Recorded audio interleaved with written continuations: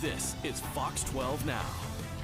All right, hello everyone. Welcome back to Fox 12 Now. I'm Greg Nibbler, live here from our newsroom in Beaverton, Oregon, and we are talking about Rose City Comic-Con, which is coming up, a huge event that takes place here every year, bringing thousands of people into town to celebrate all things entertainment, really, when it comes down to it. And one of those aspects of it is getting to meet celebrities as well, and people who are in some of your favorite shows, like maybe Stargate or MacGyver, as is the case with our next guest, Richard Dean Anderson, joining us right now.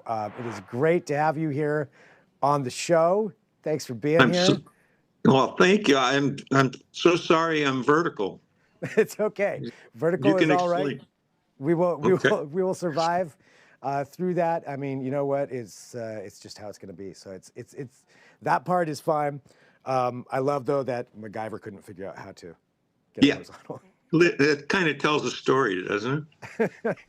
No, but thanks for being here. So I'm excited to have you on. I mean, I want to know, have you spent much time in Portland, in the Northwest before? No, I actually hadn't thought of this until you just asked that question. But the first time I was ever in Portland was in 66 or 7. And I was a teenager.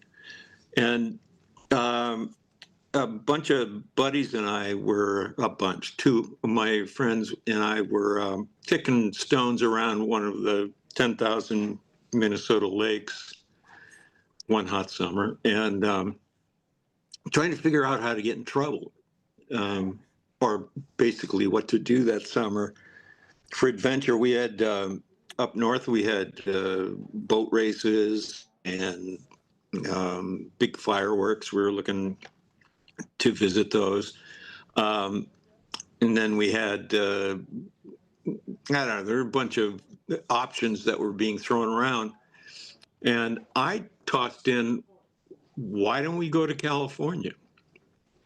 And so happens that we had a friend, John Odie was his name, worked down at the railroads in a place called Dinkytown. And he worked the hump yards there. I think he was a brakeman or something. But one late evening, early morning, we decided to hop a freight. And he told us how to do it, how to get onto the Hot Shot 97 from Minneapolis to Portland. And that was, the main thrust of our travel time was via train, like on in box cars, and primarily on the back of piggybacks, what they called them, where they had lots of cars stacked on 2 levels. Oh yeah. Mm-hmm. Yeah, and we found the keys to, or there was a guy in Minot, I think, North Dakota, who told us how to find the packet of keys that went to all the trucks. They were 68 Dodge trucks, I believe. And so we all had like a truck to our own. We could get into a cab. And anyway, we made our way through, to the west, and ended up in Portland. Of all places. So that was my first experience. Didn't last long. I ended up, our travels continued, and eventually went south from your lovely state to California. Wow. So visiting, oh, go ahead. No, I was going to say, and the rest is history. Yeah. Yeah. And then, everything happening. For you, going to a convention like this, and meeting everybody when you're out there, how does it feel to know these roles, these characters that you played, these things that you've done still have such an effect on so many people, and they're coming out and wanting to meet you and celebrate that? Well, the older I get, the more suspect I get of motivations. Do they want to see if I've still got cobwebs um, dangling from my armpits, or do I have something to say, or can I talk at that point? I'm an old man, and I admit it. But I don't know. Throughout my career, if I'm objective about it, I've been a fairly friendly guy and open to conversation and ideas and dialogue. Um, but the fascination with the guys, who are they? MacGyver and Jack O'Neill, I guess, is the other guy.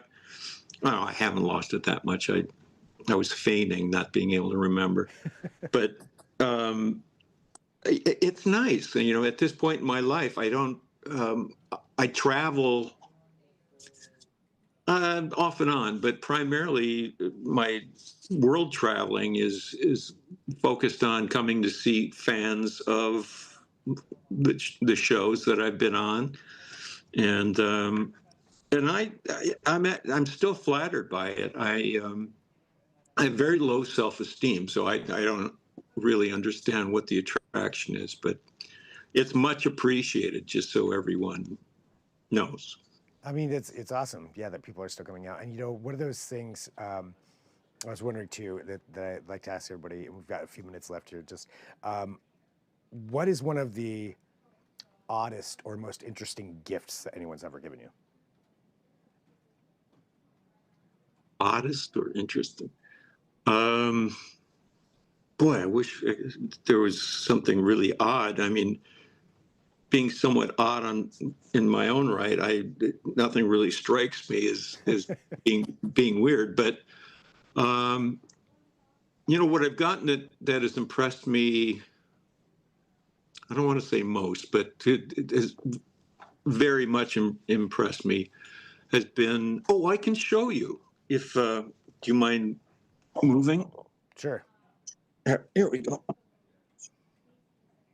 A gentleman made this for me, and it's a stained glass of my dog Andy. I don't know if you. Oh wow, yeah, that's awesome. Yeah, he gave me that, which I cherish. I mean, it's on a window to the outside. And I wake up every morning and see that. I lost Andy a while ago, and I still, I don't know, I still cherish the history I've had with her.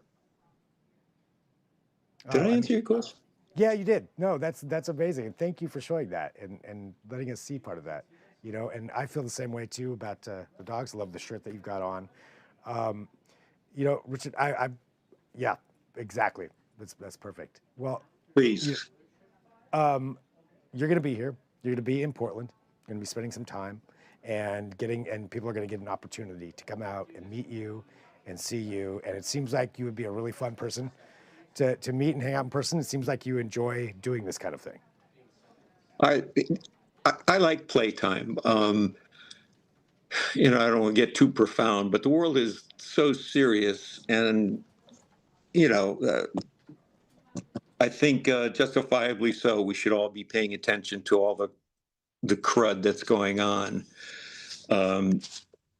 But I refuse to lose these years to agony and depression and the negative stuff that we're all being exposed to. So yeah, I like playtime, but I haven't lost touch with reality. Yeah. Yet. It's getting close. Still not. Still got it. Yeah. So I'd love for everybody who can is able to come on out and say hi and have a chat. Awesome. Do I get to meet? Will you be out there? Come on. Yeah, I think there's a good chance. Yeah, there's a good chance I will. All right. Yeah. Please. I'd love to come by and meet. Oh, do, please. Because right now, all I know of you is like you're that big in the corner Yeah. and you're upside down. Yeah, so there you go. That's exactly how I appear in real life too. Yes. So that way, There's you'll a know. theme song in here somewhere. There definitely is. Dun, Well, dun, dun. well, Richard, thank you for having time to join us. I really appreciate your time here and sharing some of this with us. And yeah, looking forward to you being here in Portland for Rose City Comic Con. And you're going to have a lot of people from this area coming out to see you. And one of them could be me. So thank you Oh, so please. much. Thank you Greg, so much. you've been wonderful, and thanks for your patience with me. You're great. All right. All right. We'll see. Thanks so much. All right. Sounds good. And for everybody watching, this is Fox 12 Now. We're live streaming here. We're going to take a quick break. We got to get ready for our 4 p.m. news that's coming up. We've still have more for you here in this next 10 minutes or so. So stick right with us back after this with more Fox 12 Now.